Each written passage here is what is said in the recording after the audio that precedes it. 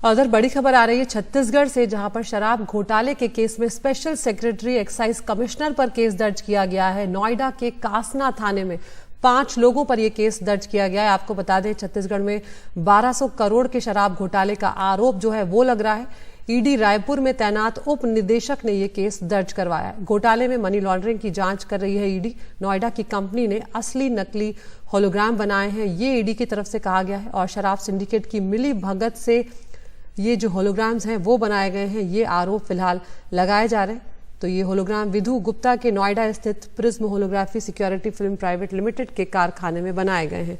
मुकेश सिंह सेंगर जुड़ रहे हैं हमारे साथ फोन लाइन पर। मुकेश, क्या जानकारी इस मामले में मिल रही है, क्योंकि स्पेशल सेक्रेटरी और एक्साइज कमिश्नर जैसे पदों पर बैठे लोगों पर केस दर्ज किया गया है?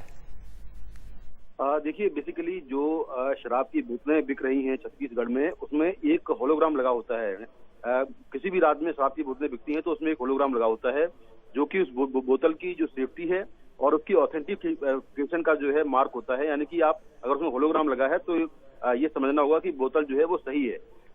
आरोप ये है कि ये जो होलोग्राम थे जो छत्तीसगढ़ में सप्लाई हो रहे थे, ये नोएडा की एक कंपनी है कासना में, prism holography film security private limited. इस कंपनी में ये नकली होलोग्राम बनाए जा रहे थे। और आरोप ये है कि जो छत्तीसगढ़ में जो शराब का सिंडिकेट है, जिसमें खुद वहाँ के एक्साइज कमिश्नर अरुणपति त्रिपाठी हैं, स्पेशल सेक्रेटरी जो है एक्साइज के निरंजन दास जो एक्साइज कमिश्नर हैं, अमित टोटेजा IAS हैं, इन लोगों ने मिलकर जो नोएडा की कंपनी है इसके साथ सांठगांठ की और बिना टेंडर दिए एक अवैध टेंडर जो दिया गया इसको, और उसमें असली जो होलोग्राम है उनके साथ नकली होलोग्राम भी सप्लाई किए गए और नकली होलोग्राम लगाकर छत्तीसगढ़ में बड़े पैमाने पर शराब बेची जा रही थी।